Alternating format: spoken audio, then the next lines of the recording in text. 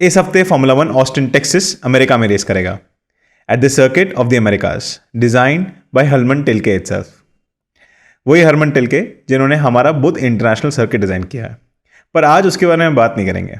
अगले साल 2023 में फार्मूला वन अमेरिका में 3 रेसें करेगा, Austin Texas, Miami and Las Vegas. तो आइए इस वीडियो में अपन ये बात करते हैं कि फार्मूला वन के लिए अमेरिकन मार्केट इतना इंपॉर्टेंट क्यों है और उन्होंने मार्केट जीता कैसे। फार्मूला वन एक ग्लोबल स्पोर्ट है। 2021 में इसकी क्यूमुलेटिव ऑडियंस 1.55 बिलियन थी, जो इसके पिछले साल से 4% ज़्यादा थी। पर 72 साल की हिस्ट्री में फार्मूला वन ने हमेशा यूएस मार्केट में स्ट्रगल किया है। यूएस में NBA, NFL एंड बेसबॉल को बहुत पसंद किया जाता है और मोटर स्पोर्ट के नाम पे भी उनके पास 2 सीरीज़ हैं, नास्कार and IndyCar.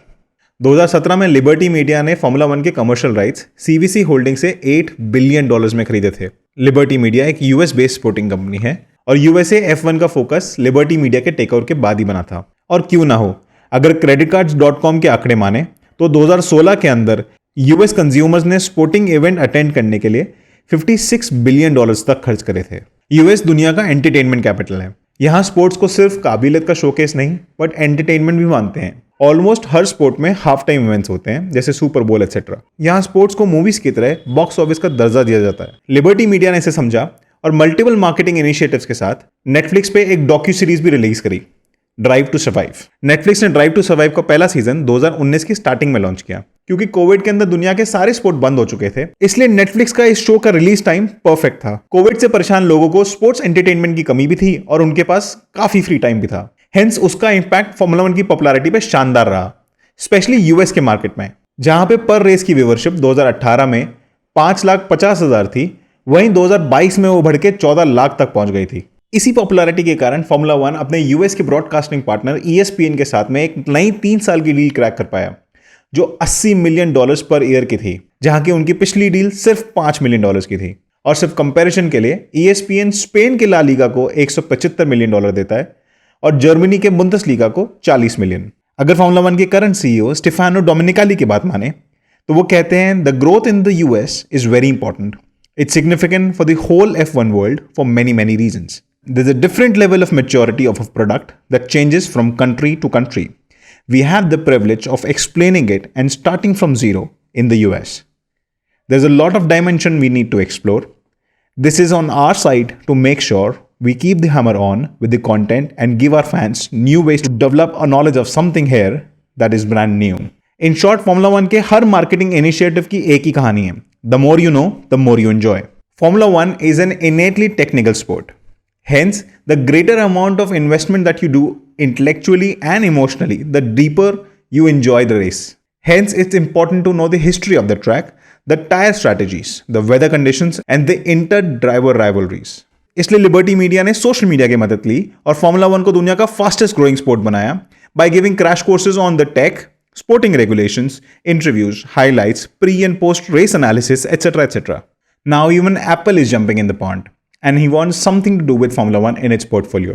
Hence, a long-time 7-time world champion Lewis Hamilton, Apple TV is producing a $140 million movie with the director of Top Gun Maverick, Joseph Kosinski, starring the ever-young Brad Pitt. Popularity सिर्फ TV पे ही नहीं पड़ी, race tickets में भी दिखी। पिछले साल की यूएस ग्रांड प्री में 3 दिन में 4 लाख लोग आए, जबकि 5 साल पहले वो सिर्फ 1 लाख थे। और इस साल हुई इनॉग्रल मियामी ग्रांड प्री में 2,30,000 लोगों से भी ज्यादा आए, जिसकी एवरेज टिकट प्राइस $2,400 थी और रीसेल वैल्यू में ये टिकट्स $33,700 तक पहुंच चुकी थी। अमेरिका में फार्मूला वन की टीवी व्यूवरशिप बढ़ रही है, रेसेस बढ़ रही हैं, रेसे अटेंड करने वाले लोग बढ़ रहे हैं। अब मुझे लगता है कुछ जो एक चीज रह गई है वो है एक अमेरिकन रेसर और एक American historic team like Andretti.